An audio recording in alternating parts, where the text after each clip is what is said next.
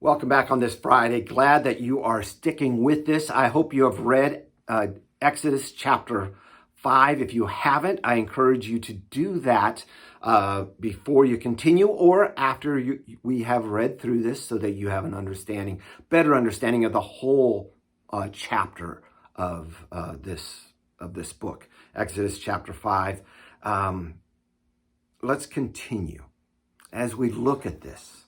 You know, things have been promised to Moses that things would get better, that God would lead his people out of Israel. But yet, things are going to get more difficult before they get better. Verse 1.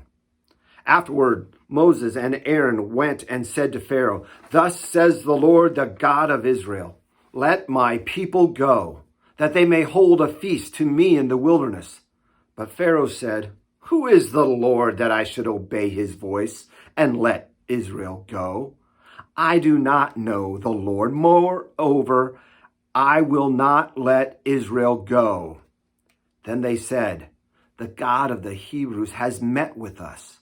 Please let us go 3 days' journey into the wilderness that we may sacrifice to the Lord our God, lest he fall upon us with pestilence or with the sword." Moses, Aaron said, "Pharaoh, let my people go." Pharaoh said, "No, we know that." And really the reason was, I don't know this Yahweh, this Lord that you talk about. I've never heard of him. I've never seen his power. He's not one that I worship. Why should I listen to your God? No, I'm not going to let you go, especially take 3 days out to go a 3 days journey to worship and then return. That is a whole week that you would be off. Not going to let that happen to my great workforce. Continue with verse 6. The same day Pharaoh commanded the taskmasters of the people and their foremen, "You shall no longer give the people straw to make bricks, as in the past. Let them go and gather the straw for themselves. But the number of bricks that they made in the past you shall impose on them. You shall by no means reduce it, for they are idle."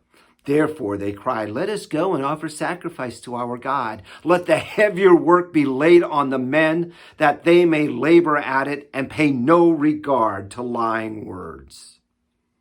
As punishment for wanting time off, they were going to have to work harder to produce the same things. They wouldn't be given all of the resources they needed. They would have to find their own straw, bring it there with the same number of workers in the same amount of time to produce the same number of bricks. See, Pharaoh says, "You think you have time to go do this? I'll show you, and you will have to work harder." Verse 10. So the taskmaster and the foreman of the people went out and said to the people, "Thus says Pharaoh, I will not give you straw. Go and get straw yourselves wherever you can find it. But your work will not be reduced in the least." So the people were scattered throughout the land of Egypt to gather stubble for straw. The taskmasters were urgent, saying, "Complete your work, your daily task each day, as when there was straw." And the foremen of the people of Israel, whom Pharaoh's taskmasters had set over them, were beaten and were asked, "Why have you not done all your task of making bricks today and yesterday, as in the past?" When they didn't complete their task, which they couldn't because they were already working hard, the foremen were punished. They were beaten.